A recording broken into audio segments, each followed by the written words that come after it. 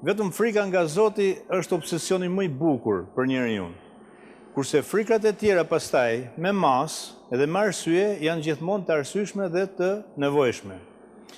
Por problemi për cilën jemi këtu është se shumë frikra janë të tepruara, janë jo në masën e duhur, jo të arsyeshme, janë të paarsyeshme, dhe në vend që ta ndihmojnë njeriu i krijojnë atij shumë probleme. Për shembull, unë po ju them që një pjesë e madhe e klientëve që vinë nga Shqipëria, tek unë në Tiranë, edhe nga Kosova, edhe nga Malizia, edhe nga vise të tjera, realisht nuk janë të sëmurë, por ndihen të sëmurë, kanë bërë të gjitha analizat, vizitat dhe të gjitha ju dalin të shkëlqyera, dhe çuditërisht ata janë të sëmurë. Pse?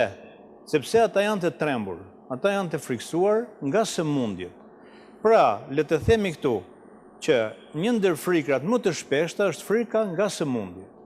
Edhe kjo ndodh kur njeriu vërtet është i trembur nga sëmundjet dhe shkak për këtë, po themi është bërë shejtani, i cili pra i ka krijuar dyshim atij.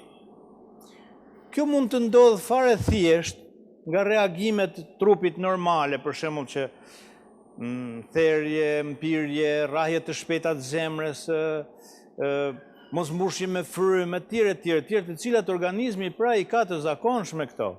Ashtu siç do të ndodhte nëse do të ishim në polin e veriut dhe temperatura minus 60 e ca gradë, trupi jon 36 gradë e gjys, sa herë matim temperaturën një lloj, 100 gradë ndryshimi, por këtë ndryshim ose më saktë, jetën atje na e ruan nga ngrirja, reagimi i organizmit, dridhjet.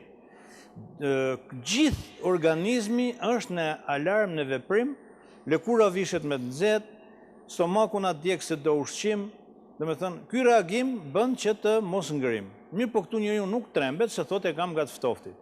Kurse nga të gjitha rastet e tjera, si rezultat i vërshimit të adrenalinës dhe noradrenalinës në trupin e njeriu trembet. Duke i ndodhur disa herë kjo gjë, ai tani këto reagime fizike të zakonshme dhe normale i shoqëron me pyetje të shumta. Edhe duke mos ditë shpjegimin, truri shpik shpikje. Dhe shpikjet janë që më duket se po mpushon zemra, më duket sigur po mbytem, më duket sigur po humb lidhjet me realitetin dhe po çmendem, më duket sigur po vdes, më duket sigur do bëj ndonjë hata, do sulmoj, më duket sigur po mbjet fiket etj. Tani, njeriu në këto raste, duke mos ditur shpjegimin e saktë, trembet. Duke u trembur, alarmi është më i madh, adrenalina vërshon më shumë, noradrenalina. Adrenalina në fakt është hormoni i vënies në lëvizje për të përballuar një rrezik. Po kur flasim për një rrezik real, noradrenalina është hormoni i zemrimit i inatit.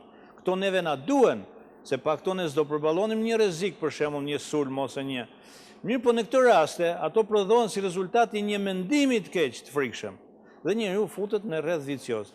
Dhe mu me vinë njerëz të cilët kanë përballuar luftën në Kosovë dhe nuk janë trembur edhe kanë qenë edhe janë vërtet trima, kur vje puna, këtu janë të trembur, ndihen të sëmur dhe besojnë lloj çuditërash deri dhe të magjit. Madje një besimtar shumë i mirë i thash, je besimtar? Jam. Po pse je kaq shumë i trembur nga magjit? Sepse pa e lejuar Zoti ma tha se edhe një gjete nuk bie nga pema dhe asnjë magji nuk mund të ngjit. Edhe, mirë, po njeriu kur është i trembur, edhe me fe thuhet që njeriu e humbet arsyen. Dhe diku në një libër kam lexuar si është e mundur që tek njerëzit më të mençur, më të zgjuar, edhe shejtani vepron më shumë. Por shejtani di një sekret, se njeriu i mençur dhe i arsyeshëm, kur është i trembur, i shqetësuar, e humbet arsyen dhe nuk e gje atë që i duhet.